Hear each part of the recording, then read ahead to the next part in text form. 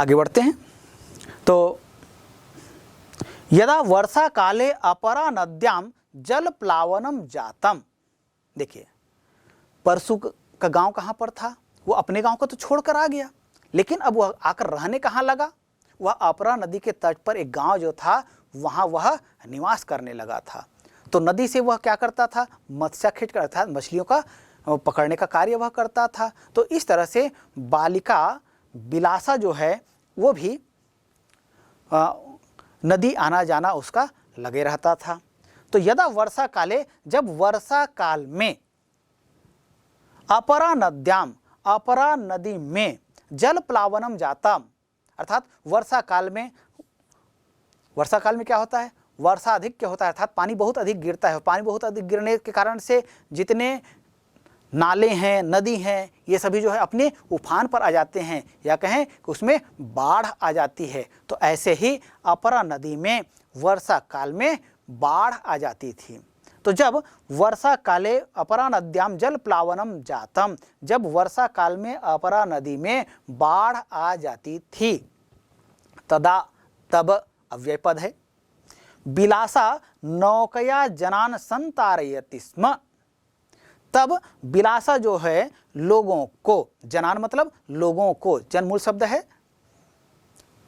द्वितीय विभक्ति बहुवचन का यह रूप है और इसका तात्पर्य होता है लोगों को। नौकया, नौका मूल शब्द है, तृतीय विभक्ति एक वचन का प्रयोग है, तो नौका से, संतारयति स्म, पार कराती थी, पार लगाती थी।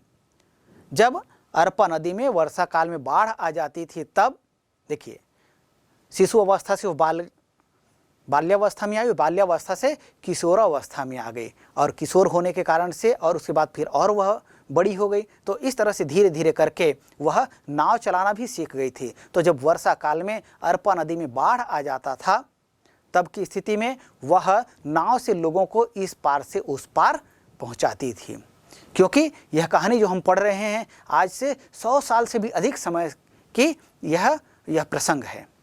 तो उस समय नदियों में, नालों में जिस तरह से आजकल सेतु की व्यवस्था है, पुल बंधा हुआ है, वैसा पुल नहीं होता था, तो लोगों को वर्षा काल में नदी या नाले को पार करने में असुविधा होती थी। तो ऐसे समय में नदी किनारे कुछ लोग नाव के सहारे लोगों को इस पार से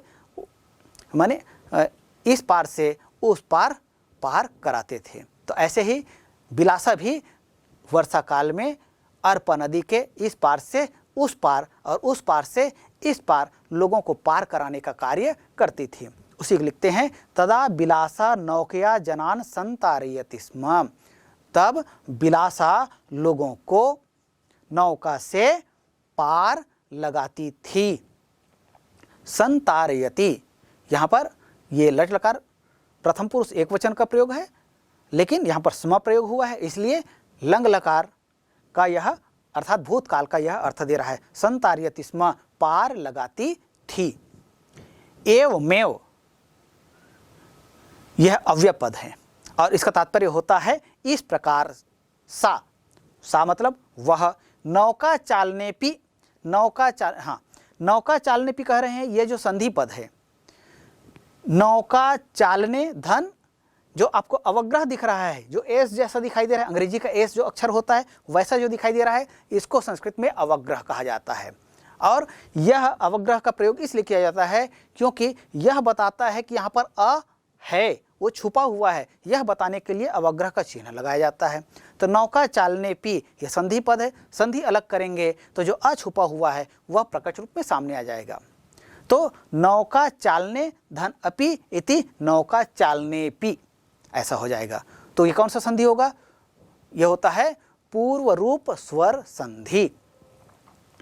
तो इस प्रकार से सा, वह नौका चालन में भी, नाव चलाने में भी पारंगता जाता, पारंगत हो गई थी, अर्थात भली प्रकार से वह नाव चलाना सीख गई थी, इसलिए तो लोगों को नदी पार नाव से कराती थी। सा, वह लोक नृत्य गीतयोः अपि सिद्धा आसीत, वह वहाँ स्थानीय जो लोकगीत होते थे या लोक नृत्य होते थे, आप भी जहाँ रहते हैं वहाँ लोक नृत्य और लोकगीतों की परंपरा है ना, आप भी गाते होंगे। हाँ, बिल्कुल सही। तो उसी तरह से बिलासा भी वहाँ के जो स्थानीय लोकगीत और लोक नृत्य थे इसमें वह सिद्ध हो गई थी, अर्थात पारंगत हो गई थी। अर्थात इन जब लोकगीत गाया जाता था वह भी उसमें शामिल होती थी, वह भी गाती थी। जब लोक नृत्य होता था वह भी लोक नृत्य करती थी। लोक नृत्य गीतयोः, यह जो पद है यह एक समासिक पद है। इसको आप इसके समास को जैसे अलग करेंगे तो आप देखेंगे लोक नृत्यस्य गीतस्य तयोः च, ये इसका समास विग्रह होगा, द्वंद्व समास का प्रयोग हुआ है। तो वह लोक नृत्य और गीत में भी सिद्ध हो गई थी, अर्थात पारंगत हो गई थी, अर्थात इसको वह कुशलता पूर्वक रुचि पूर्वक करती थी। ग्रामस्य, गांव के, सर्वेषु सभी, कार्यक्रमेषु कार्यक्रमों में, कार्यक्रम मूल शब्द है, षष्ठी यहाँ पर सप्तमी विभक्ति बहुवचन का प्रयोग हुआ है। तो इसका तात्पर्य होता है कार्यक्रमों में सा वह अग्रसरा आसीत, अग्रसर धन आसीत इति अग्रसरासीत, यहाँ पर दीर्घ स्वर संधि का प्रयोग हुआ है। तो गांव के सभी कार्यक्रमों में वह अग्रसर थी, अर्थात गांव में जितने प्रकार के क्रियाकलाप होते थे उन सभी में उनकी बराबर भागीदारी होती थी। रुचि लेकर वह उन सभी कार्यों में सम्मिलित होती थी। जैसे आप सम्मिलित होते हैं, गांव के दूसरे लोग सम्मिलित होते हैं, उसी तरह से चूँकि बिलासा भी उस गांव का अब अभिन्न अंग बन गई थी, उसका तो जन्म ही वहीं हुआ था, वो वहाँ रहती थी, तो वहाँ के रीति रिवाज परंपराएं जो हैं उनसे वह भली भांति परिचित थी और उन सब में उनकी बराबर भागीदारी होती थी। कालांतरे बिलासायाः विवाहः बंसी नामना युवकेन सह अभवत्। बिलासा प्रतिदिनं 4 तेंदु इति वन्यफलानि संग्रहणार्थं गच्छति स्म। तथा च बंसी महिषचारणाय वनं प्रति अगच्छत्। यदा सायंकाले बिलासा पत्या साकं गृहं प्रति न्यवर्तयत् तदा सहसा आखेटाय भ्रमतः राज्ञः कल्याणसायस्योपरि एकः व्याघ्रः आक्रमणं कृतवान्। तं विलोक्य बिलासा व्याघ्रं कुन्तेन प्रहार्य राज्ञः प्राणान् आरक्षयत्। अनया कल्याणसायः बिलासया प्रभावितो भूत्वा अपरं दिवसम् अपरा नद्याः द्वयोः तटयोः जागीर बिलासायै दत्तवान्। तथा च राजा रतनपुरं प्रत्यागतः। अनन्तरं तां खड्गेन अलंकृत्य महिला सेनापति इति पदे न्ययोजयत्। ये गद्यांश है और इस गद्यांश में जो कठिन पद आए हैं उन कठिन पदों को, अर्थात जो संधि युक्त पद हैं उन पदों को हम पहले देखते हैं और उनमें जो संधि प्रयुक्त हुए हैं उन संधियों को हम अलग करते हैं। तो पहला शब्द हम देख पा रहे हैं कालांतरे, काल धन अंतरे इति कालांतरे, यहाँ पर दीर्घ स्वर संधि का प्रयोग हुआ है। इसी तरह से आप शब्द देख पा रहे हैं संग्रहणार्थम, संग्रहण धन अर्थम इति संग्रहणार्थम, यहाँ भी दीर्घ स्वर संधि का प्रयोग हुआ है। इसी तरह से आप शब्द देख रहे हैं न्यवर्तयत, निधन अवर्तयत, यहाँ पर यण स्वर संधि का प्रयोग हुआ है। इसी तरह से आप एक शब्द देख रहे हैं न्ययोजयत, निधन अयोजयत, यहाँ भी यण स्वर संधि का प्रयोग हुआ है। तो इस तरह से ये जो संधि युक्त पद हैं जो गद्यांश में प्रयुक्त हुए हैं इनको हमने देखा। और अब आइए गद्यांश में प्रयुक्त विभिन्न शब्दों का अर्थ क्या है, उनका रूप क्या है, इनको हम देखते हैं। पहला शब्द लिखता है कालांतरे, समय व्यतीत होने पर या समय बीत जाने पर। बिलासा याह, बिलासा शब्द षष्ठी विभक्ति एक वचन का प्रयोग है और इसका तात्पर्य होता है बिलासा का। विवाह, विवाह पुल्लिंग शब्द है, प्रथम विभक्ति एक वचन का ही रूप है। बंसी नामना, बंसी नामक, युवकेन सह, युवक के साथ, अभवत हुआ। अर्थात कालांतरे विलासायाः विवाहः बंसी नामना युवकेन सह अभवत। इस वाक्य का अर्थ है समय बीतने पर विलासा का विवाह बंसी नामक युवक के साथ हुआ। यहां देख रहे हैं सह जो लिखा है इसका अर्थ होता है साथ। सह योगे तृतीय भवति, सह के योग में तृतीय विभक्ति होती है, तो सह का योग हुआ है युवक शब्द के साथ, इसलिए युवक शब्द में तृतीय विभक्ति का प्रयोग हुआ है। युवकेन, युवकाभ्याम, युवकैः, इस तरह से इसका रूप बनता है। युवकेन का तात्पर्य होता है युवक से, लेकिन यहाँ पर सह के साथ प्रयोग हुआ है, तो बंसी नामक युवक से विवाह अभवत, विवाह हुआ, यह तात्पर्य है। चलिए आगे बढ़ते हैं। विलासा प्रतिदिनम 4 तेंदु इति वन्य फलानि संग्रहणार्थम गच्छति स्म। विवाह के पश्चात विलासा प्रतिदिनम, प्रतिदिनम यह जो शब्द है यह कैसा है, यह समासिक पद है। समास विग्रह करेंगे, इसका रूप बनेगा दिनम दिनम प्रति। समास होगा अव्ययी भाव समास, और इसका तात्पर्य होता है प्रतिदिन, अर्थात प्रत्येक दिन। तो विलासा प्रतिदिनम 4 तेंदु इति वन्य फलानि, वन में जो फल होते हैं जैसे 4 तेंदु आदि, आप जानते हैं ना, संभवतः आप में से बहुत से लोग इसका संग्रहण भी करते हैं, खाते भी हैं, अच्छा भी लगता है। तो तेंदु के फल आप देख भी पा रहे हैं, 4 और तेंदु के फल जो वनों से मिलते हैं, देखने में भी बड़े सुंदर लगते हैं, और इसको संग्रहण करते हुए लोग, देखिए किस तरह से लोग संग्रहण कर रहे हैं। तो ये जो दृश्य है, ऐसा ही दृश्य जहाँ विलासा रहती थी वहाँ वह स्वयं इस दृश्य में शामिल हुआ करती थी। वह स्वयं 4 तेंदु, जैसे वनोपज कहते हैं, वन्य से प्राप्त होने वाले फल, फूल, कंद, मूल आदि को संग्रहण करने के लिए जाती थी। तो विलासा प्रतिदिनम 4 तेंदु इति वन्य फलानि संग्रहणार्थम गच्छति स्म। तो विलासा जो है प्रतिदिन 4 तेंदु आदि वनोपज को या वन से प्राप्त होने वाले फलों को संग्रहण के लिए, संग्रहणार्थम का तात्पर्य होता है संग्रहण के लिए। अर्थम का योग जो है चतुर्थी विभक्ति के अर्थ में होता है, जैसे पठन धन अर्थम इति पठनार्थम, पढ़ने के लिए। गमनार्थम, गमन धन अर्थम इति गमनार्थम, जाने के लिए। तो इसी तरह से यहाँ प्रयोग हुआ है संग्रहण धन अर्थम इति संग्रहणार्थम, संग्रहण के लिए। तो विलासा प्रतिदिन 4 तेंदु आदि वन्य फलों को संग्रहित करने के लिए, इकट्ठा करने के लिए गच्छति स्म, जाती थी। तथा च बंसी महिष चारणाय वनम प्रति अगच्छत। तो विलासा जो क्या जाती थी, वो वन जाती थी 4 तेंदु जैसे फलों को एकत्रित करने के लिए। इसी तरह से उसका पति बंसी, वह क्या करता था, महिष चारणाय, वह गाय बैलों को चराने के लिए, गाय बैल भैंस आदि को चराने के लिए वनम प्रति अगच्छत, वन की ओर जाता था। अर्थात वन में विलासा जो है 4 तेंदु जैसे फलों को एकत्रित करती थी, और उसका पति बंसी मवेशियों को चराने के लिए जाता था। बंसी महिष चारणाय वनम प्रति अगच्छत, यह वाक्य है।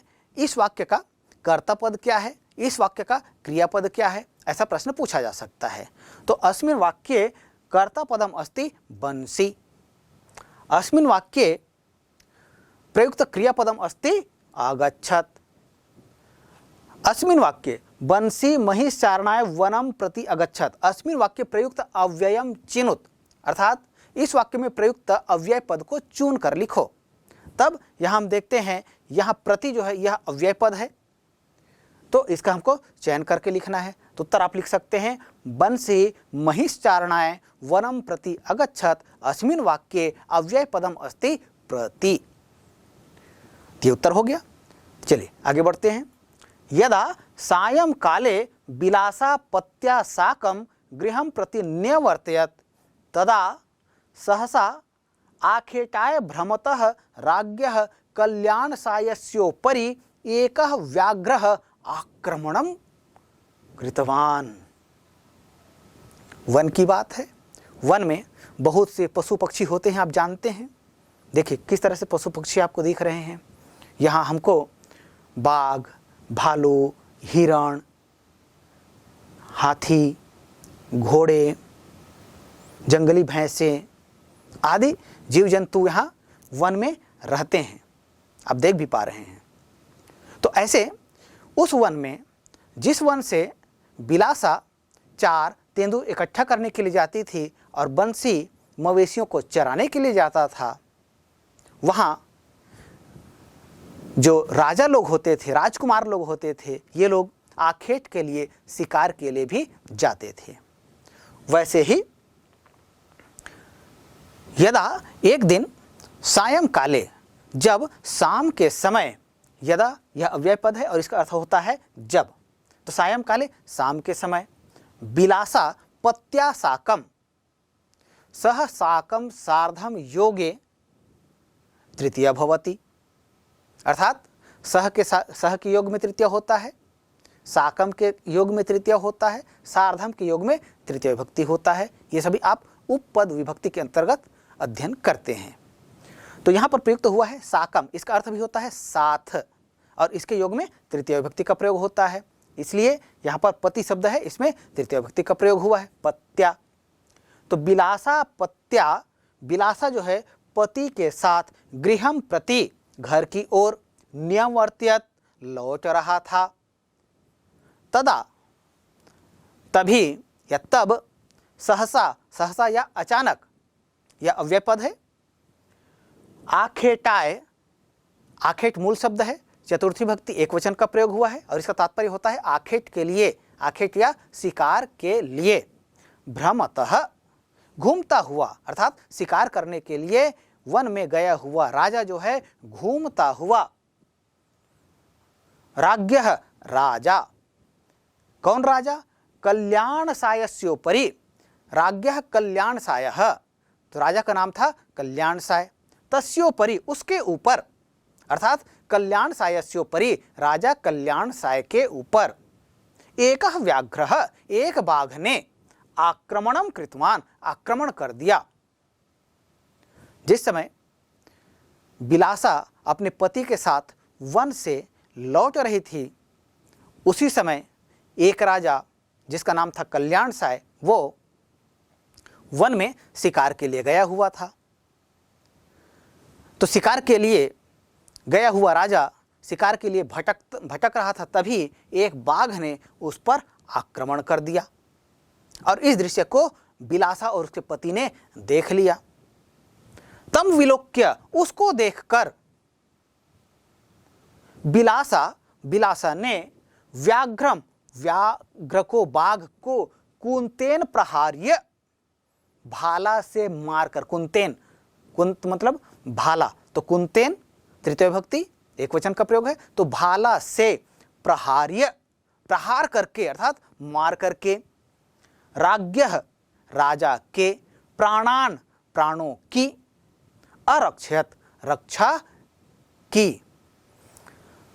तो जब बिलासा ने देखा, जब वो वन से वापस आ रही थी अपने पति के साथ, तो राजा शिकार के लिए गया हुआ था और तभी उस राजा के ऊपर बाघ ने आक्रमण कर दिया। इस दृश्य को देखकर बिलासा ने अपने पास रखे हुए भाला को उठाया और निशाना लगाकर उस बाघ पर दे मारा, प्रहार कर दिया और इस तरह से उस बाघ के चंगुल से राजा को उन्होंने मुक्त कराया, छुड़ाया।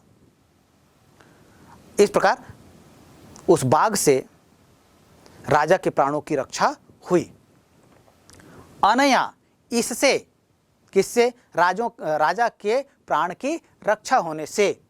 कल्याण सायः, राजा कल्याण साय, बिलासया, बिलासा के इस बहादुरी भरे कार्य से।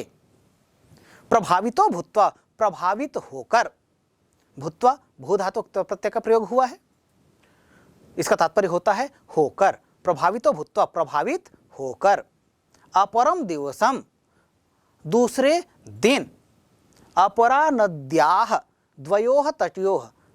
अपरा नद्याः, अपरा नदी का नाम है, नदी मूल शब्द है, नद्याः का मूल शब्द क्या है? नदी है। षष्ठी विभक्ति एक वचन का प्रयोग हुआ है और इसका तात्पर्य होता है नदी के। द्वयोः तटयोः, दोनों तट के। यहां पर भी तटयोः जो शब्द लिखा है, तट मूल शब्द है, षष्ठी विभक्ति द्विवचन का यहां प्रयोग हुआ है। तटयोः, अपरा नदी के दोनों तट के। जागीर अर्थात अपने प्रभाव क्षेत्र जो था, राजा का जो अधिकार वाला जो क्षेत्र था, उन क्षेत्रों को बिलासा यही दत्तवान, बिलासा के लिए दे दिया, अर्थात बिलासा को दे दिया कि अब इसका स्वामित्व तुम्हारे पास रहेगा, इसकी रक्षा तुम करोगी और यहाँ से जो भी अर्जित होगा वो सब तुम्हारा होगा। इस तरह से ये नदी का दोनों तट का जो क्षेत्र है यह तुम्हारा होगा। ऐसा करके राजा ने बिलासा को वह क्षेत्र, कौन सा क्षेत्र? अपरा नदी के दोनों तट का क्षेत्र जो है दे दिया। दत्तवान यह शब्द जो है इसमें दा धातु अक्तवतु प्रत्यय का प्रयोग है, पुल्लिंग एक वचन का यह रूप है। बिलासा यही कहते हैं, तो बिलासा मूल शब्द है, चतुर्थी विभक्ति एक वचन का प्रयोग हुआ है और इसका तात्पर्य होता है बिलासा के लिए। तथा च राजा रतनपुरम प्रत्यागतः, और इसके पश्चात राजा जो है रतनपुर वापस आ गया। प्रत्यागतः, प्रतिधन आगतः इति प्रत्यागतः, यहां पर संधि हुआ है यण स्वर संधि। प्रतिधन आगतः, आगतः शब्द जो कहते हैं, प्रत्यागतः यह शब्द में प्रति, धन आ, धन गम, धन त, पुल्लिंग एक वचन का यह रूप है। तो इस तरह से शब्दों को पहचानने के लिए भी आपको कहा जा सकता है। तो जैसा कि मैंने पूर्व में कहा था, प्रत्यागतः इस शब्द में एक से अधिक प्रत्ययों का प्रयोग हुआ है। प्रति उपसर्ग है, आ उपसर्ग है, गम धातु है, त प्रत्यय है और पुल्लिंग एक वचन का यह रूप है और इसका तात्पर्य होता है वापस आ गया। अनंतरम, उसके पश्चात, ताम, उसको, खड्गेन अलंकृत्य, तलवार से अलंकृत करके, अर्थात उसको तलवार देते हुए, महिला सेनापति इति पदे न्ययोजयत। इसके पश्चात जब राजा वापस आ गया तब राजा ने बिलासा को एक तलवार देते हुए महिला सेनापति के पद पर नियुक्त कर दिया। न्ययोजयत, निधन अयोजयत, अर्थात नियुक्त कर दिया। बिलासा साहसी थी, उन्होंने भाले के प्रहार से, भाले का प्रहार किया किस पर? व्याघ्र पर, और इस तरह से उन्होंने राजा के प्राणों की रक्षा की।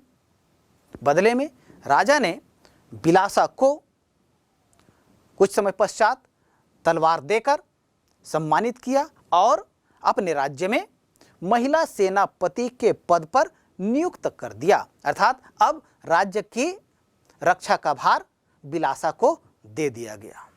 बिलासा स्वप्रयत्नेन ग्रामस्य विकासः कृतवती, तस्याः वर्धमानं प्रभावं दृष्ट्वा प्रतिवेशिनः राज्यानि तस्याः क्षेत्रे आक्रमणं कृतवन्तः। तैः सह बिलासा साहसेन युद्धम् अकरोत्। सा राज्य रक्षा कुर्वती वीरगतिं प्राप्तवती। राज्ञः कल्याणसायेन मत्स्याखेटकानां निवासस्थलं बिलासायाः सम्मानार्थं बिलासापुरम् इति नाम्ना प्रथितम्। वर्तमाने इदं बिलासपुरं छत्तीसगढ़स्य न्यायधानी अस्ति। यह जो अनुच्छेद आया, गद्यांश आया, इसमें जो शब्द प्रयोग तो हुए हैं उन शब्दों को आप देखें और इनका अर्थ समझने का प्रयास कीजिए। इसमें जो संधि युक्त पद हैं उन संधियों को पहले अलग करते हैं। जैसे आप शब्द यहाँ देख पा रहे हैं, मत्स्याखेटका नाम, मत्स्य धन आखेटका नाम, यहाँ पर दीर्घ स्वर संधि का प्रयोग हुआ है। इसी तरह से आप देखते हैं सम्मानार्थम, सम्मान धन अर्थम इति सम्मानार्थम, यहाँ भी दीर्घ स्वर संधि का प्रयोग हुआ है। आइए गद्यांश में प्रयुक्त विभिन्न पदों के शब्दार्थ क्या हैं इनको देखते हैं। तो बिलासा अर्थ बिलासा हुआ। स्वप्रयत्नेन, स्व मतलब होता है अपना, अप्रयत्नेन मतलब प्रयत्न, अप्रयत्नेन प्रयत्न से। प्रयत्न शब्द मूल शब्द है, इसमें तृतीय विभक्ति एक वचन का प्रयोग हुआ है। तो इस तरह से इसका तात्पर्य हुआ अपने प्रयास से। ग्रामस्य, ग्राम मूल शब्द है, षष्ठी विभक्ति एक वचन का प्रयोग हुआ है और इसका तात्पर्य होता है ग्राम का या गांव का। विकासः मतलब विकास, प्रथम विभक्ति एक वचन का रूप है यह। कृतवती, कृ धातु है, अक्त्वतु प्रत्यय है, स्त्रीलिंग का यह रूप है एक वचन में। तो इस तरह से इसका तात्पर्य होता है कि तस्याह, तद मूल शब्द है, षष्ठी विभक्ति एक वचन स्त्रीलिंग का यह रूप है। तो तस्याह मतलब उसकी। वर्धमानम वृद्ध धातु सानच प्रत्यय का प्रयोग हुआ है यहाँ पर एक वचन में। तो इसका तात्पर्य होता है बढ़ते हुए। सत्री और सानच प्रत्यय वर्तमान कालिक प्रत्यय हैं, अर्थात वर्तमान काल के अर्थ में इनका प्रयोग किया जाता है। यहाँ वर्धमानम यह जो शब्द देख रहे हैं इसमें वृद्ध धातु और सानच प्रत्यय का प्रयोग हुआ है। प्रभावम प्रभाव, दृष्टवा देखकर, दृश्य धातु अक्त्वा प्रत्यय और इस तरह से इसका रूप बनता है दृष्टवा। अक्त्वा प्रत्यय का प्रयोग कर अर्थ में होता है। तो इस तरह से दृश्य मतलब होता है देखना, अक्त्वा मतलब कर अर्थ में। तो इस तरह से दृष्टवा का अर्थ हुआ देख कर। प्रतिवेशिनः पड़ोसी, बहुवचन का रूप है, प्रतिवेशी मतलब पड़ोसी होता है, यहाँ पर प्रयुक्त हुआ है प्रतिवेशिनः राज्यानि। कभी कभी यह प्रश्न पूछा जाता है प्रतिवेशिनः राज्यानि अस्मिन् पदे विशेषण विशेष्य पदम चिनुत, अर्थात विशेषण पद कौन सा है और विशेष्य पद कौन सा है। तब यहाँ हम देखेंगे विशेषण किसको कहते हैं और विशेष्य किसको कहते हैं, ये आप भली भांति जानते हैं। विशेष्य उन पदों को कहा जाता है जिनकी विशेषता बताई जाती है और विशेषण उन पदों को कहा जाता है जिन शब्दों से किसी वस्तु या संज्ञा आदि का विशेषता बताई जाती है। तो यहाँ पर राज्यानि यह क्या है, यह विशेष्य पद है और प्रतिवेशिनः ये क्या है, ये विशेषण पद है।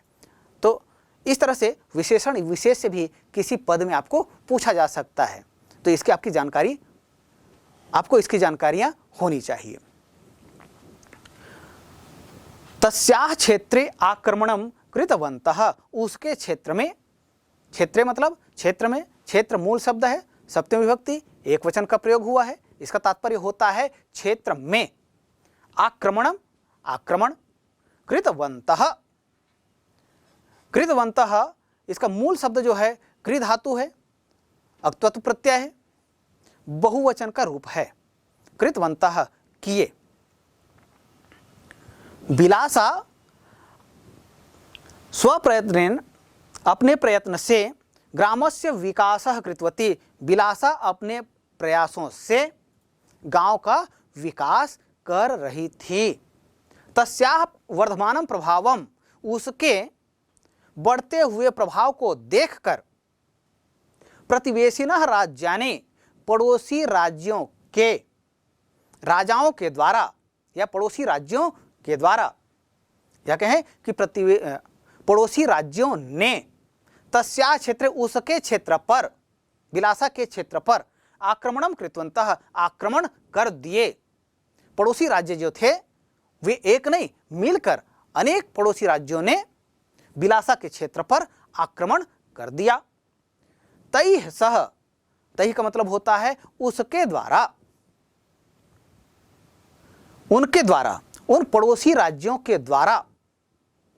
तैः सह उन पड़ोसी राज्यों के साथ, बिलासा साहसेन युद्धम अकरोत, बिलासा ने साहस पूर्वक युद्ध किया, अर्थात पराक्रम पूर्वक युद्ध किया। पीठ दिखाकर नहीं भागी, मैदान से वह नहीं भागी। पड़ोसी राज्यों ने जब उनके राज्य पर आक्रमण किया तब वह उसका मुंह तोड़ जवाब देने लगी।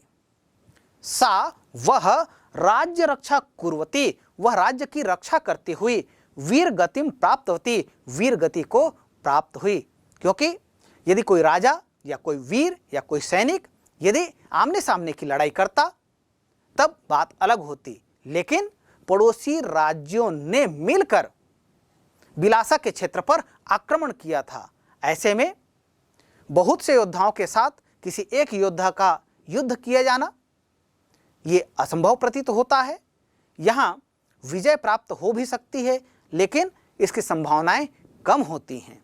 आप सभी जानते हैं महाभारत में एक घटना हुई, अभिमन्यु, जिसको अनेक योद्धाओं के द्वारा घेर कर मारा गया था। तो इसी तरह से बिलासा के ऊपर भी पड़ोसी राज्यों के द्वारा मिलकर युद्ध किया गया। तो उस युद्ध में जिस तरह से अभिमन्यु वीरगति को प्राप्त हुआ था, उसी तरह से बिलासा भी अनेक राज्यों के राजाओं के द्वारा आक्रमण किए जाने पर उनके साथ संघर्ष करते हुए वीरगति को प्राप्त हुई।